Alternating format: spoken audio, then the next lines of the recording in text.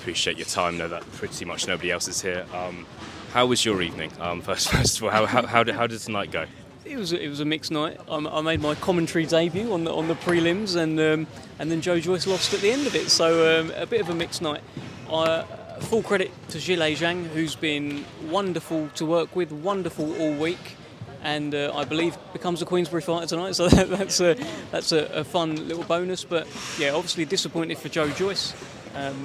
He had a lot of momentum heading into this fight, but maybe boxed the wrong fight, maybe came in a little bit too light, maybe couldn't deal with that southpaw backhand. There's not many world-class heavyweight southpaws. Obviously there's one that we all know called Alexander Usyk. He's probably not going to get him in for sparring, is he? But there's not an awful lot of them, so I don't know, it was difficult to prepare for someone like that, and Zhang's got deceptively quick hands in there. Like, there was sometimes he was landing 2-3 shots before Joyce had a chance to reply, so a difficult watch at times in there.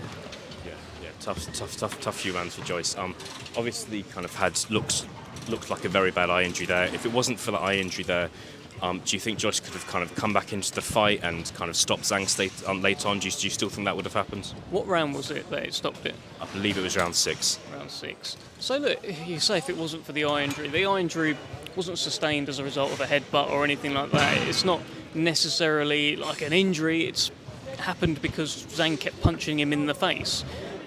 So you would imagine that Zhang would continue to punch him in the face as much as he could. Maybe he would start to tire. And Joyce could take over, but at that point a lot of damage may have been done. I think the southpaw element and the power and the speed of that shot really surprised Joyce tonight. Okay, just last couple of questions, Dev. There's been rumours going on this week about is there a rematch clause, is there not a rematch clause? I think a lot of people are saying there are. Do you think that's going to happen next for Joe? Do you think there's going to be a rematch next for both fighters? I don't know. If he wants that WBO interim title back, he has to rematch Zhilei Zhang.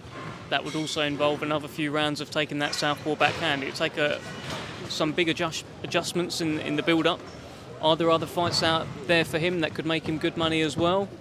Probably. Let's see. You just never know what's going to happen in this heavyweight division.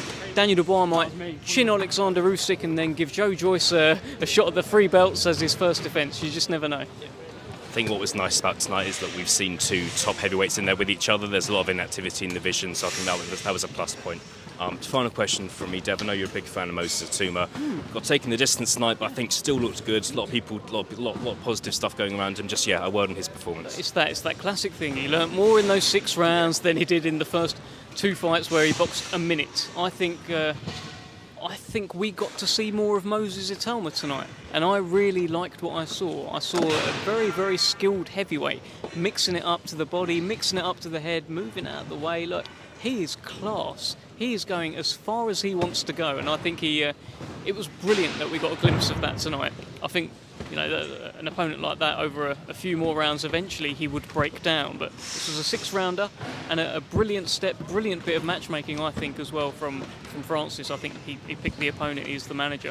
So yeah, wonderful. Sahni, thank you very much for your time, mate. No worries. Cheers. Take care. Bye.